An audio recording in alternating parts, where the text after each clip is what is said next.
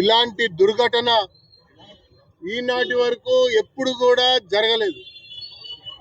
ఇక్కడ ఉన్నటువంటి సామాజిక సంస్థలు, ప్రజాప్రతినిధులు, నాయకులు అందరూ కూడా ఉత్సవాలు వచ్చినప్పుడల్లా విద్యుత్ శాఖ వాళ్ళని అప్రమత్తం చేస్తూ వచ్చారు. జిహెచ్ఎంసీని కూడా అప్రమత్తం చేస్తూ వచ్చారు. కానీ ఈ మధ్య కాలంలో ఈ యొక్క రాత్రి యొక్క సంఘటన ప్రజానికం మొత్తాన్ని కూడా కలిచివేసింది.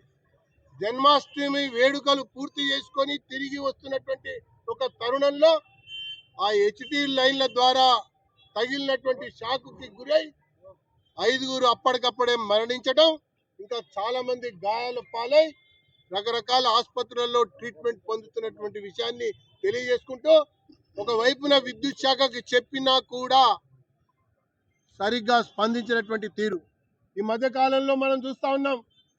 కుక్కలు చిన్న చిన్న పిల్లల్ని కరిచి చంపుతున్నటువంటి ఒక దృశ్యాలు, మ్యాన్హోల్లో పడి మరణిస్తున్నటువంటి ఒక సందర్భాలు, అదే రకంగా ఈ విద్యుత్ యొక్క సంఘటనతో మరణిస్తున్నటువంటి ఒక సందర్భాన్ని కూడా మనం చూస్తూ వస్తున్నాం.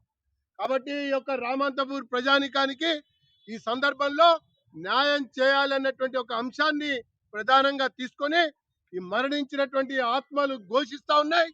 కుటుంబాలు అనేక రకాలుగా బాధపడుతున్నటువంటి ఒక తరుణంలో ప్రజానికం అంతా కూడా ఒక మాట మీదకి వచ్చి ఖచ్చితంగా ఈ కుటుంబాలని ఆదుకోవాలని, మరణించినటువంటి వ్యక్తులకి రాష్ట్ర ప్రభుత్వం తరఫున 50 లక్షల రూపాయల యొక్క నిధిని నష్టపరిహారంగా, పాప పరిహారంగా ఇవ్వాలని చెప్పని డిమాండ్ చేస్తూ, ప్రతి ఒక్క కుటుంబంలో ఉన్నటువంటి ఒక వ్యక్తికి విద్యుత్ శాఖలో ఉద్యోగం కల్పించాలని చెప్పని ఈ సందర్భంగా రామంతపూర్ ప్రజానికం తరఫున డిమాండ్ చేస్తున్నాం అన్నటువంటి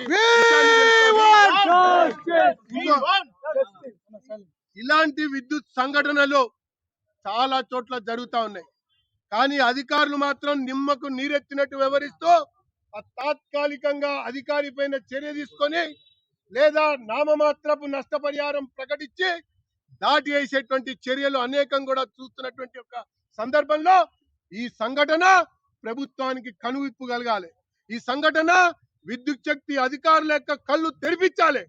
అదే రకంగా ఈ సంఘటనలు పునరావృతం కాకుండా ఉండటం కొరకు ఆ చనిపోయినటువంటి కుటుంబాలకి మరి 50 లక్షల నష్టపరిహారం ఇవ్వడంతో పాటు ఆ ఇంట్లో అర్హత యొక్క ఆధారంగా ఉద్యోగం ఇవ్వాలన్నది మా రామంతపూర్ ప్రజానికం యొక్క డిమాండ్ అని తెలియజేసుకుంటూ, సాయంకాలం వరకు ప్రకటించారా సరే, లేకపోతే రామంతపూర్ లో రేపు పౌర జీవనం స్తంభిస్తాం, మొత్తం వ్యాపార వాణిజ్య సంస్థల్ని బంద్ చేస్తాం, ఒక్క వాహనం కూడా రోడ్డు మీద తిరగనీయకుండా మా యొక్క నిరసనని తెలియజేయటమే కాకుండా ప్రభుత్వం మెడలు వంచి కళ్ళు తెరిపించి ఈ కుటుంబాలకి మరి న్యాయం చేసే విధంగా మేము పోరాడతామని చెప్పని తెలియజేసుకుంటున్నాం.